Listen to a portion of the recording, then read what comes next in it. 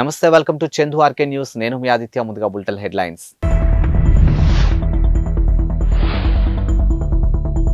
అభిమాని చెంప చెల్లుమనిపించిన బంగ్లాదేశ్ క్రికెట్ కెప్టెన్ అల్ హసన్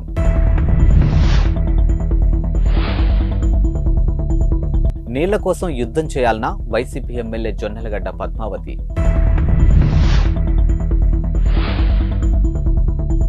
తెలంగాణ లోక్సభ నియోజకవర్గాలకు బీజేపీ ఇన్ఛార్జీల నియామకం జాబితా తన అభిమానిని చెంప చెల్లుమనిపించిన Bangladesh cricket captain Shakib Ali Hasan video social మీడియాలో వైరల్ అవుతోంది. ఈ దేశ పార్లమెంటు ఎన్నికల్లో పోటీ చేసినటువంటి షకీబ్ 1.5 లక్ష ఓట్ల మెజారిటీతో ఘన విజయం సాధించారు. కాగా ఎన్నికల ఫలితాలు వెలువడడానికి కొన్ని గంటల ముందు ఈ వీడియో వెలుగులోకి వచ్చింది. ఎన్నికల పోలింగ్ రోజున ఈ ఘటన జరిగినట్లు తెలిసింది. ఇక పోలింగ్ బూత్ లో ఓటు వేస్తున్నటువంటి షకీబ్ అభిమానులు చుట్టుముట్టారు. ఓ అభిమాని ఆయన్ను వెనక నుంచి పట్టుకునే ప్రయత్నం చేశాడు. ఇక దీంతో సదరు అభిమాని చెంపను షకీబ్ చెల్లుమనిపించాడు. ప్రధాని షేక్ హసీన్ నేతృత్వంలో అధికార అవామీ లీగ్ పార్టీ తరపున షకీబ్ పోటీ చేశారు. ఆంధ్రప్రదేశ్ ముఖ్యమంత్రి జగన్పై సొంత పార్టీ ఎమ్మెల్యేలు విమర్శలు గుప్పించారు. ఇక వైసీపీ లీడర్ సింగనమల ఎమ్మెల్యే జొన్నలగడ్డ పద్మావతి సోమవారం సోషల్ మీడియాలో ఓ వీడియో రిలీజ్ చేశారు. అందులో సొంత ప్రభుత్వంపై పలు ఆరోపణలు చేశారు. ఇక సింగనమల నియోజకవర్గం అభివృద్ధికి సీఎం జగన్ సహకరించడం లేదని, ఎస్సీ నియోజకవర్గం అని చిన్నచూపు చూస్తున్నారని మండిపడ్డారు. ఇక మంత్రి పెద్దిరెడ్డి రామచంద్రారెడ్డి చెప్పినట్లే సీఎం నడుచుకుంటున్నారని ఆరోపించారు. తనను నమ్మి ఎమ్మెల్యేగా గెలిపించిన ప్రజలకు ఏమీ చేయలేకపోయానని ఆవేదన వ్యక్తం చేశారు. ఇక నియోజకవర్గం ప్రజలకు ఆమె క్షమాపణలు తెలిపారు. తెలంగాణలో అసెంబ్లీ ఎన్నికలు అయిపోయాయి. ఇప్పుడు అందరి దృష్టి పార్లమెంటు ఎన్నికలపై ఉంది. అన్ని ప్రధాన రాజకీయ పార్టీలు లోక్సభ ఎన్నికలకు సమాయత్తమవుతూ ఉన్నాయి. ఈ క్రమంలో రాష్ట్రంలోని 17 లోక్సభ నియోజకవర్గాలకు బీజేపీ రాష్ట్ర నాయకత్వం ఇన్ఛార్జ్ను ప్రకటించింది. వచ్చే ఎన్నికల్లో గెలిచేది చంద్రబాబు అధికారంలోకి వస్తారని నెల్లూరు ఎమ్మెల్యే కోంటరెడ్డి శ్రీధర్ రెడ్డి పేర్కొన్నారు. ఒక చేత్తో 10 రూపాయలు ఇచ్చి మరో చేత్తో 100 రూపాయలు లాగేస్తున్నట్టుగా వైసీపీ పాలన ఉందని విమర్శించారు.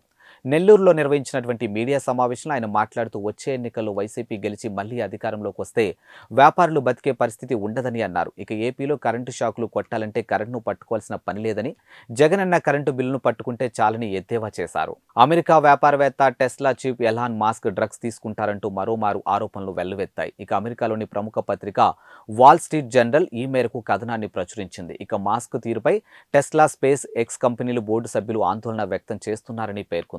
వాల్ స్ట్రీట్ జర్నల్ కథనంతో పాటు తన జవాబును మాస్క్ తాజాగా ట్వీట్ చేశారు. తన స్నేహితుడు రోగన్తో కలిసి గతంలో ఒకసారి డ్రగ్స్ సేవించిన విషయం నిజమేనని చెప్పారు. అయితే ఆ తర్వాత తాను డ్రగ్స్ తీసుకోలేదని వివరించారు. నాసా అభ్యర్థనతో టెస్లా ఆఫీసులో డ్రగ్స్ రహిత నిర్వహిస్తామని హామీ ఇచ్చినట్లు తెలిపారు. ఇక నాసా అభ్యర్థన మేరకు గత 3 ఏళ్లుగా తాను వైద్య పరీక్షలు చేయించుకున్నట్లు తెలిపారు. అయితే ఈ 3 ఏళ్లలో తన శరీరంలో డ్రగ్స్ కానీ మద్యం ఆనవాళ్లు కానీ గుర్తించలేదని మాస్క్ పేర్కొన్నారు. బీటీఎస్గా చిరపరిచితమైనటువంటి కొరియన్ పాప్ బ్యాండ్ స్టార్లంటే ఆ అమ్మాయిలకు పిచ్చి. ఇక వాళ్ళంటే పడిచేస్తారు. ఆ వెర్రి అభిమానం వాళ్ళకు ఇంటి నుంచి పారిపోయేలా చేసింది.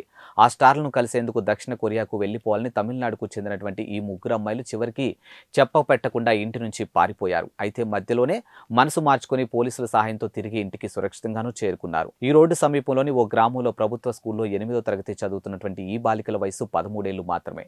దక్షిణ కొరియా రాజధాని సియోల్లో బీటీఎస్ స్టార్లను కలవాలని నిర్ణయించుకున్న అమ్మాయిలు తొలుత తమిళనాడులోని తుత్తుకుడి, ఆంధ్రప్రదేశ్లోని విశాఖపట్నం ఓడరేవులను తమ ప్రయాణానికి షార్ట్ లిస్ట్ చేశారు. ఇక పాస్పోర్ట్లు సరిపడా డబ్బులు చేతిలో లేకపోయినా చివరికి విశాఖపట్నం నుంచి ఓడలో సౌత్ కొరియా చేరుకోవాలని నిర్ణయించుకున్నారు. ఈ నెల 4న ఈ రోడ్ నుంచి రైలు ద్వారా చెన్నై చేరుకున్నారు. ఇక మరోవైపు పిల్లలు కనిపించకపోవడంతో వారి తల్లిదండ్రులు పోలీసులకు ఫిర్యాదు చేశారు. వెంటనే రంగంలోకి దిగిన పోలీసులు గాలింపులు మొదలుపెట్టారు. ప్రధాని మోదీపై మాల్దీవుల మంత్రులు చేసిన వ్యాఖ్యలపై పెద్ద ఎత్తున దుమారం రేగుతుంది. ఇక తాజాగా ఇండియాలో మాల్దీవుల హై కమిషనర్ ఇబ్రహీం షహీబ్కు భారత విదేశాంగ మంత్రిత్వ శాఖ సమన్లు జారీ చేసింది. ఇక దీంతో ఢిల్లీలోని విదేశ వ్యవహారాల మంత్రిత్వ శాఖ సౌత్ బ్లాక్కు ఆయనకు వెళ్లొచ్చినట్లు సమాచారం. ఇక ప్రధాని మోదీ ఇటీవలే లక్షద్వీప్ను పర్యాటక ధామంగా మారుద్దామని ఆయన సోషల్ మీడియా వేదికగా పిలుపునిచ్చారు. ఇక దీనిపై మాల్దీవుల మంత్రులు వ్యంగ్యంగా స్పందించారు. మోదీని ఇజ్రాయెల్తో తోలుబొమ్మగా ఒక మంత్రి వ్యాఖ్యానించగా మరో 2 భారత్ను కించపరిచే వ్యాఖ్యలు చేశారు.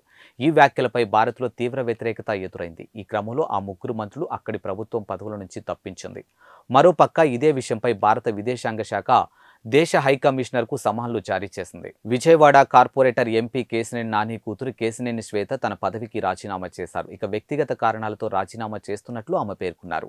ఈ మేరకు సోమవారం ఉదయం విజయవాడ కార్పొరేషన్కు వెళ్లిన శ్వేత అక్కడ మేయర్ రాయన భాగ్యలక్ష్మిని కలిసి తన రాజీనామా లేఖను సమర్పించారు. ఇక అంతకుముందు విజయవాడ ఎమ్మెల్యే గద్దె రామ్మోహన్ రావును ఇంటికి వెళ్లి ఆయనతో శ్వేత భేటీ అయ్యారు. ఎమ్మెల్యే నివాసం వద్ద మీడియాతో మాట్లాడుతూ వ్యక్తిగత కారణాల వల్లే రాజీనామా చేస్తున్నట్లు తెలిపారు. ఇక ముందుగా ఈ నిర్ణయాన్ని ఎమ్మెల్యే గద్దె రామ్మోహన్ కు తెలియజేసినట్లు ఉద్దేశంతో కలిశానని చెప్పారు. ఇక గద్దె రామ్మోహన్ తమకు ఫ్యామిలీ ఫ్రెండ్ అని తెలిపారు. అయోధ్యలో రాముడి విగ్రహ ప్రాణ ప్రతిష్ఠ నేపథ్యంలో బనారస్ చీరలకు డిమాండ్ పెరిగింది. అది కూడా రామ మందిర థీమ్ ప్రత్యేకంగా డిజైన్ చేసి ఇవ్వాలంటూ మహిళలు ఆర్డర్లు పెడుతూ ఉన్నారు. జనవరి 22న అయోధ్యలో రాముడి విగ్రహ ప్రాణ ప్రతిష్ఠ జరుగున్న విషయం తెలిసిందే. ఆ రోజు దేశవ్యాప్తంగా ఆలయాల్లో ప్రత్యేక పూజలు నిర్వహిస్తామని అన్నారు. ఈ పూజలకు హాజరయ్యేందుకు ప్రత్యేకంగా రామ మందిరం థీమ్తో వేసినటువంటి చీరలు ధరించాలని మహిళలు భావిస్తూ ఉన్నారు. ఈ క్రమంలోనే బెనారస్లోని వ్యాపారులకు ఆర్డర్లు వెల్లువెత్తుతూ ఉన్నాయి. ఇవి ఇవాల్టి బులెటిన్ అప్డేట్స్. మరో బులెటిన్తో మళ్ళీ కలుద్దాం. అంతవరకు సెలవు. నమస్కారం.